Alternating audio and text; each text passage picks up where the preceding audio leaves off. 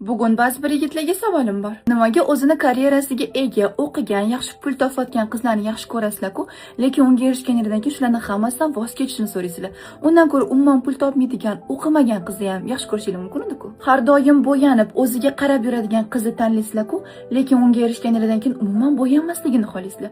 Undan ko'ra umuman bo'yamaydigan qizni tanlaylar. Instagram'i faol, juda ham ko'p kuzatuvchilarga ega bo'lgan qizni tanlaysizlar-ku, unga erishganidan so'ng shu Instagram'ini ham o'chirib tashlashni xohlaysizlar. Undan ko'ra umuman Instagramga kirmaydigan, Instagramni tushunmaydigan qizni tanlaylar. Dugonalari juda ham ko'p va ular bilan birga ko'p vaqtini ko'chada o'tkazadigan qizni tanlaysizlar-ku, unga erishganidan so'ng shu dugonalardan voz kechishni so'raysizlar.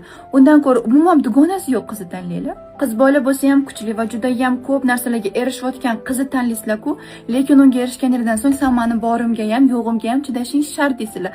Undan ko'ra hech narsaga erishmaydigan va hayotda birorta yutug'i yo'q bo'lgan qizni tanlaylar. Rasxoti ko'p bo'lgan qizni tanlaysizlar-ku, lekin unga erishganidan so'ng qizlar faqatgina pulga o'chadi. Nima, men hamma narsa qilishga majburmanmi deysizlar. Unda pulga o'chmaydigan va rasxoti kam bo'lgan qizni tanlaylar.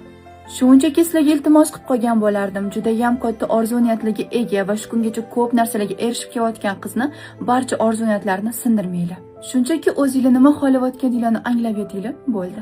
Chunki bu hayotda hamma o'zi xohlagandagi baxtli yashashga haqli. Hech kimning haqqi yo'q birovning orzu-niyatlarini yo'q qilishga.